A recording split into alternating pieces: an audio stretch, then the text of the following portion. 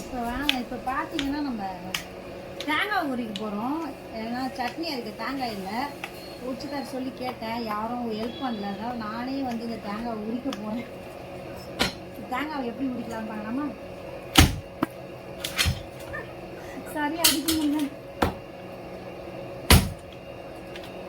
ஓட்டை வந்து தண்ணியே வருது தேங்காயில். ஐயோ, அது சரியில்லை, இது சரியில்லை.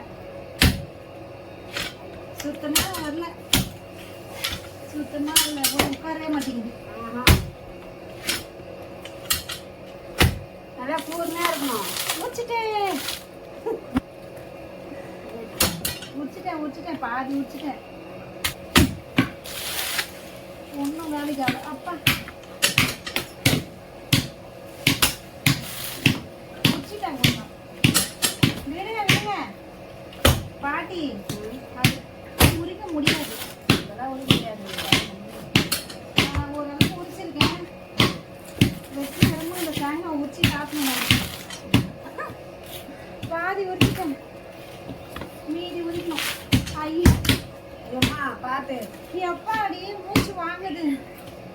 வேணா அப்புறம் நான் என்னால் இப்போ வந்தது. நீ கத்தியால உரிச்சுருக்க. நான் உரிக்கிற மெதுவா நேரம் இருந்தது. நேரம் யார் சொன்னாங்க? இந்த தேங்காய் உரிக்க முடியுதா? உடம்பு அவ்வளோ வீட்டில் இருக்கு. பார்க்கறதுக்கு தான் பொம்பளையாக இருக்கும்.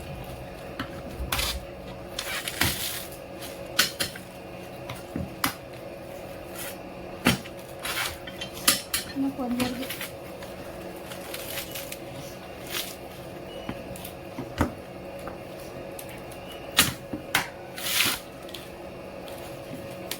இன்னும் கொஞ்சம் இருக்கு.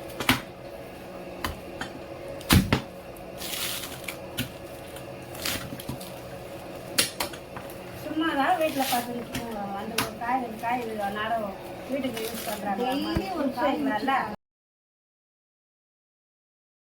அப்படின்னா வேலைக்கு போனால் கூட என்னம்மா என்ன செய்யணும்? வேலை செய்யணும் பிள்ளைங்க வீட்டில். செய்வா. ஃபுல்லாக உச்சிட்டு இன்னும் கொஞ்சம் இருக்கு.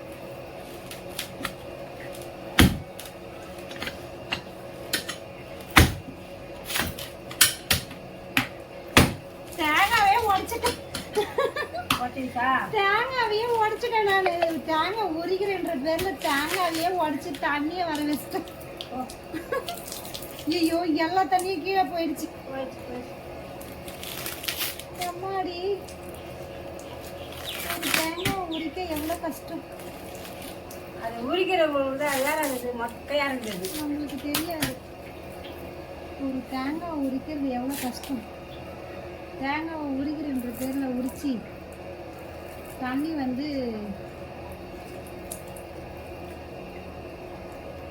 பெரிய ஓட்டையே போட்டுட்டேன். தேங்காய் உரிக்கலாம் அப்படின்னு நினச்சி ஒரு வீடியோ எடுப்போம்.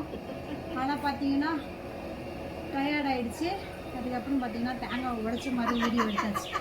பாட்டி இங்கே வந்து சிரிக்கிறாங்க.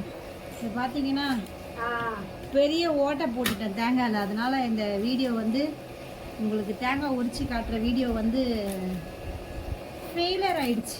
ஓகே, பாய், தேங்க்யூ.